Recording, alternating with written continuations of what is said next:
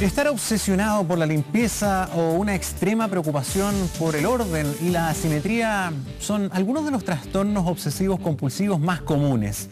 Bueno, esta clase de problemas de enfermedad es frecuente tanto en niños como adultos, por lo que ahora expertos analizan la proteína del cerebro que estaría involucrada con este comportamiento. Queremos profundizar en el tema, aprender un poco más.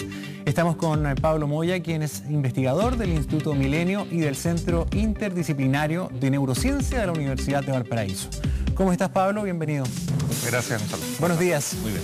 A ver, en primer lugar, antes de ir al detalle y esta proteína y lo más técnico, hablemos del trastorno obsesivo compulsivo, también conocido como TOC. El TOC, ¿Verdad? ¿Qué es? Esta es una patología psiquiátrica, es una de las top 10 de las patologías a nivel mundial, tiene una prevalencia entre el 2 al 3% en el mundo. En Chile se calcula que está alrededor de los 500.000 a 550.000 personas que la padecen. ¿Bastante gente? Es bastante gente, Ya. sí. ¿Cuándo te consideras una persona con este trastorno? Bueno, ¿qué requisitos se deben cumplir para que así sea? Porque todos tenemos nuestras fijaciones, exactamente. ¿no? Bueno, en general, el diagnóstico tiene que ser ejecutado por un profesional, por un clínico, un psiquiatra o un psicólogo clínico, que en el fondo dictamina que la presencia de estos síntomas, que son las obsesiones y las compulsiones, llegan a un grado de severidad que interfiere con la vida cotidiana. Pero estamos hablando de una obsesión, de una preferencia, de una fijación,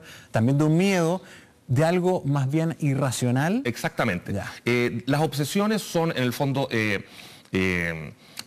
ideas que se le meten en la cabeza a las personas y que no pueden escapar de ellas. El constructo supone de que a raíz de esas obsesiones se gatilla una ansiedad elevadísima en las personas y las personas se enganchan en rituales mentales o comportamentales para aliviar esa obsesión. Todos tenemos obsesiones, por ejemplo, por la simetría o por la higiene, y está bien que nosotros realicemos algún tipo de rituales, ¿cierto?, para aliviarlo y nos sentimos cómodos con ello. Lamentablemente las personas que padecen TOC se quedan enganchados en esto una cantidad brutal de tiempo y comienza a interferir con el trabajo, con la vida familiar, las relaciones de pareja. Podemos ejemplificar el caso, por ejemplo, de un paciente que tenía una entrevista y era tanta la ansiedad que tenía por la entrevista de trabajo que él desarrollaba normalmente un ritual para vestirse. Y esta persona se quedó 5 o 6 horas vistiéndose y desvistiéndose y se perdió la entrevista. Es a ese el nivel de severidad cuando se habla del TOC. Ya, pero a ver, cuando tú estás hablando que esto se transforma en una enfermedad, ¿es algo que se escapa de control? Exactamente, las personas que padecen TOC están conscientes de que sus obsesiones y rituales son irracionales. ¿Están conscientes? Sí, y sin embargo no pueden escapar y no lo pueden evitar. No lo pueden controlar. Ya, porque todos tenemos nuestras manías, como exactamente, se dice, ¿no? Y además últimamente estamos etiquetando, que yo soy tan bipolar o que yo tengo mi TOC y cosas así. Y esos son en el fondo dentro del abanico de comportamientos normales que tiene el ser humano. Aquí estamos hablando de una realización de compulsiones y obsesiones a un nivel exacerbado y que consume demasiado tiempo. ¿Y sabes por qué te insisto en el punto? Porque también me gustaría saber si existen distintos grados o distinto volumen del TOC, del trastorno obsesivo compulsivo. Mira, te voy a dar un ejemplo. Una manía.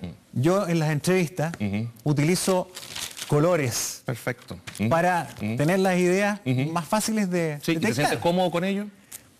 Ya, pero eso no es TOC. No, en absoluto. Tampoco es decir tengo un poco de TOC. No. Puede ser un poquito obsesivo, ¿cierto? Ya, pero está bien. ¿sería TOC? No, si se me pierden los lápices de color y me descontrolo. Ya, perfecto. Por ahí ya hay que entrar a consultar. Claro, podría ser, pero no creo que llegue a un nivel de interferencia, o sea, que en el fondo si se te pierde el set de lápices de colores no vas a poder trabajar. No, claro que no. O sea, estoy dando un ejemplo súper básico, pero es para entender cuándo esto ya debe transformarse en una preocupación. Sí, Ahora, ¿por qué una preocupación también? Pues yo me imagino que además de una persona que padece este tipo de obsesiones, no solamente sufre él, sino que genera un impacto en quienes lo rodean, la familia. Exactamente. Cuéntanos un poquito de eso también. Sí, bueno, como todas las patologías neuropsiquiátricas, indefectiblemente afecta, ¿cierto?, al círculo más cercano y al mundo laboral. el nivel, el grado de compromiso fundamentalmente está dado por el tiempo excesivo, ¿cierto?, que se está dando, y la categorización la tiene que dar fundamentalmente, ¿cierto?, un psicólogo clínico o un psiquiatra. ¿Hay cierta población que es más propensa a desarrollar este tipo de trastornos? Existen algunas variantes genéticas, ¿cierto?, que se portan en la población, que están más frecuentes en los pacientes y que conferirían un grado de vulnerabilidad. Pero como todas las patologías psiquiátricas, hay una interacción entre genética y ambiente. Algún tipo de estresores ambientales pueden gatillar, ¿cierto?, cuando la persona está con un nivel de estrés más elevado, ¿cierto?, se gatillan también mucho más repetidamente las obsesiones. Pablo, en un país como el nuestro, que es pequeño, que tiene una población que no supera los 20 millones de habitantes, que 550.000 tengan TOC. Sí, es brutal. Es harto. Sí. Es un porcentaje súper relevante de la población. Sí. ¿Esto es algo que no se detectaba antes? Hoy día lo conocemos y está diagnosticado.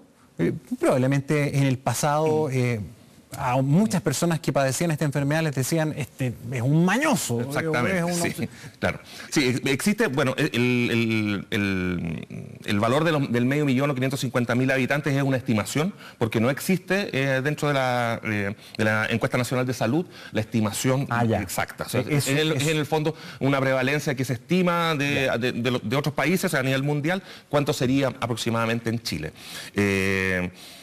Dentro de todo el abanico de patologías psiquiátricas, bueno, y el TOC es una de ellas, nosotros nos caracterizamos por pertenecer al top 10 dentro a nivel mundial. O sea, no solo en TOC, sino también en trastorno bipolar, trastorno del estado del ánimo, trastornos de ansiedad en general. Somos un país que somos espantosamente afectados por patologías psiquiátricas en general. Qué bueno que mencionaste el concepto ansiedad. Esta enfermedad es parte de los trastornos ansiosos. Era hasta hace poquito. Dada la característica que presenta, ¿cierto?, que los pacientes tienen un elevado grado de ansiedad producto de estas obsesiones que no pueden controlar, originalmente estaba categorizada dentro de los trastornos de ansiedad como el estrés postraumático, trastorno de ansiedad generalizada, trastorno de ansiedad social, pero el circuito cerebral que está afectado en el TOC es distintivamente aparte del el que está comprometido en los trastornos de ansiedad. Y es por eso que en el último manual de diagnóstico psiquiátrico, el DSM-5, el consorcio de psiquiatras decidió sacarlo y se generó una nueva categoría que se llama trastornos del espectro obsesivo-compulsivo, dentro del cual está el TOC, y existen otras patologías, por ejemplo, como la tricotilomanía, la gente que se tira el pelo de manera compulsiva, algunos trastornos alimentarios, están categorizados dentro de este nuevo espectro de los trastornos obsesivo-compulsivos. ¿Tiene tratamiento esto? El tratamiento sí existe. Se compone de dos partes. Una es farmacoterapia con inhibidores de recaptura de serotonina, que son fármacos bastante establecidos en la psiquiatría, y también con terapia cognitivo-conductual.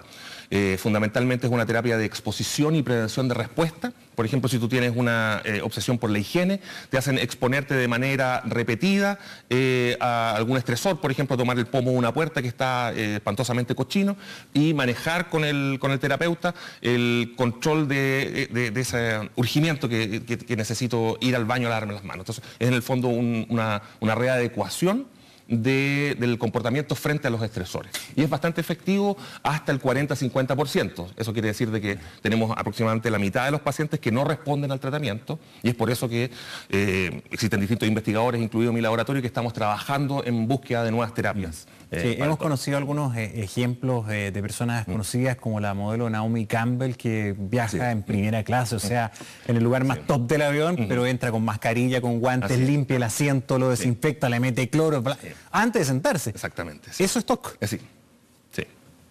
Ahora, esta persona claramente no se lo ha tratado y da la impresión de que vive muy tranquila con esta conducta. Así es. ¿Qué ocurre ahí en esos casos? Porque de todas maneras genera todo un impacto. Es un desarreglo, claro. Obvio. Exactamente. Sí, bueno, o sea, porque la familia también, yo creo que muchas veces tiende a normalizarla. De todas maneras, y por lo demás, ¿cierto?, la situación socioeconómica también se lo permite, ¿cierto? Claro. Exactamente. O sea, si estuviera en alguna otra condición laboral, probablemente, ¿cierto?, todo su cúmulo de obsesiones sería imposible, ¿cierto?, de encarar. Hay un elemento por el cual también te invitamos para conversar del tema, que es el análisis de esta proteína del cerebro involucrada en la aparición del TOC. Así es. Explícanos un poco más de esto. Sí, este estudio nace alrededor de 11 años atrás, en un periodo que estaba trabajando en el Instituto de Salud Mental en Estados Unidos. Pertenecía a un grupo de investigación que llevaba el trial clínico de trastorno obsesivo compulsivo en Estados Unidos, un reclutamiento de pacientes alrededor de 400, 500 a esa fecha, y realizamos un screening genético para ver algunas variantes en los genes del genoma de los pacientes que estarían involucradas en la patología. Y hallamos una combinación de estas variantes que estaba altamente presente en los pacientes versus la población control. A partir de eso realizamos modelos transgénicos, ratones transgénicos en los cuales manipulamos los niveles de esta proteína, que es un transportador de glutamato, y al aumentarlo en el modelo animal comienzan a aparecer conductas ansiosas y compulsivas. Entonces, en el fondo estamos replicando la situación que estaría pasando en el cerebro humano. A ver, es una cuestión bastante técnica, pero la presencia en mayor o menor medida de esta proteína, ¿cómo se produce en nuestro cerebro? ¿Es por parte de una cuestión genética o es un tema también de alimentación? Lo pregunto porque a lo mejor nuestras conductas han ido cambiando, por ejemplo, en términos de alimentación, y eso también nos podría estar cambiando conductualmente. Sí, a nivel cerebral o a nivel de todo el organismo, las proteínas están controladas por regiones regulatorias. Existen distintas variantes que pueden controlar sus niveles de expresión, si va para arriba o para abajo, fundamentalmente. Algunas de estas variantes son las que nosotros encontramos en la población humana y las estamos replicando ahora en el modelo animal. Pero no son solo los genes los que controlan la expresión de las proteínas. Todos los sistemas, incluido el sistema nervioso, responde de manera plástica a los estímulos del ambiente. Entonces, tal como mencionas tú, incluso la alimentación o experiencias, ¿cierto?, traumáticas, ¿cierto?, podrían alterar el funcionamiento del sistema nervioso y ese cambio ocurriría a través de modificar los niveles de proteínas. Entonces, es posible de que este sea un sensor que nosotros estamos observando la manipulación genética, pero también podría responder a otro tipo de insultos del ambiente. Lo pregunto porque es entonces esperable que este tipo de trastornos se incrementen con el paso de los años. Vaya aumentando la... Sí, es que si nosotros hacemos una proyección de que los estresores ambientales van a ir en aumento, indudablemente sí. O sea, nosotros consideramos por qué tenemos en Chile un nivel no solo de TOC, sino de patologías psiquiátricas tan disparado, y hacemos un análisis de cómo era el estilo de vida 50 años atrás, indefectiblemente tenemos un muchísimo más alto nivel de estresores ambientales. ¿Esto no tiene nada de cultural? Existen algunos indicios, no en TOC, pero sí en trastornos de ansiedad y depresión, en que hay algún tipo de correlaciones con respecto a los estilos de cultura. Por ejemplo, individualismo versus colectivismo. Claro, pero incluso voy más ya a la costumbre. Hay algunas culturas que son mucho más ordenadas, que son mucho más meticulosas que otras que son más a la ligera, más al lote. Sí, en el caso de las obsesiones no se ha analizado, pero es interesante darlo cuenta. Te lo pregunto porque a lo mejor también tiene un poco de eso en términos de los factores ambientales, ¿no? O en factores culturales. Sí, o sea, sin duda los factores culturales son otra capa de regulación del comportamiento humano. Entonces, aunque no existan los estudios, yo me atrevería a especular de que incluso pudiesen afectar. Sí. Ahora, ¿una persona puede vivir con TOC? Sí. ¿Lo puede llevar eternamente? ¿O esto va aumentando en volumen? O sea, por ejemplo, la persona que es obsesiva, como tú nos decías, con la higiene, ¿se va a ir poniendo cada vez peor? Por lo general, esta es una patología crónica, eso quiere decir de que está presente toda la vida. Las personas logran manejarla a través de la combinación de fármacos y de terapia conductual. Sin embargo, se vuelve a gatillar, ¿cierto?, ante la presencia de eventos traumáticos, por ejemplo, la pérdida de un ser querido. No se les pasa. No se les pasa. Porque hay personas, por ejemplo, que no dan la mano. Claro, así es. Así de simple, y eso se va como incrementando. O sea, llegan a tomar precauciones por no contaminarse o no enfermarse que son súper llamativas, que incluso supuesto, ya las transforman un poco antisociales, ¿no? De todas maneras, también hay que considerar el otro aspecto de la gente que tiene chequeo compulsivo, la gente que hace repeticiones, ¿cierto? De manera sistemática, por ejemplo, como conteos, o las personas que tienen síndrome de acumulación, que aquí en Chile lo conocemos como el síndrome de Diógenes. También está dentro de la categoría del TOC. Y eso, en el caso de la acumulación, o hoarding en inglés, están todos los casos de personas que llegan a acumular basura dentro de sus casas, ¿cierto? O sea, el Diógenes es un TOC. Sí. Mira. Bueno, un tema súper interesante de conocer y realmente impacta la cantidad de casos que podrían haber en Chile, así que estaríamos muy atentos y también a ver cómo se evalúa también cómo incorporar esto a una medición más concreta dentro de la encuesta nacional de salud, porque no está incluida. Existe un plan nacional de salud mental donde se sugirieron después de una mesa bastante que llevó a muy buenas intenciones en cuanto a cuáles son los pasos a seguir. Sin embargo, dada el escaso presupuesto que se tiene a nivel de salud mental, ha ido en un avance bastante lento. Entonces, es de esperar de que ahora estamos próximos a la discusión del próximo presupuesto para el año que viene, de que haya algún cambio, ¿cierto?, en la orientación con respecto a ir en ayuda de esta rama que ha estado muy de capa caída a nivel nacional. En salud mental en general. Así es. Antes de terminar, dos detalles, Pablo. ¿Hay un sesgo de género? ¿Hay un sesgo etario? Esto puede aparecer en la población más joven, menos joven, en los hombres, en las mujeres por igual. Por lo general no hay distinción de sexo, en ambos géneros está presente más o menos en las mismas proporciones, y el TOC aparece por lo general entre los 8 y los 15 años, se manifiesta de manera gravitante. Pablo Moya, muchísimas gracias por venir. Encantado, muchas gracias por la invitación. Que tengas una buena jornada. Buenos días. 9 de la mañana con 2 minutos, vamos a la pausa, ya regresamos.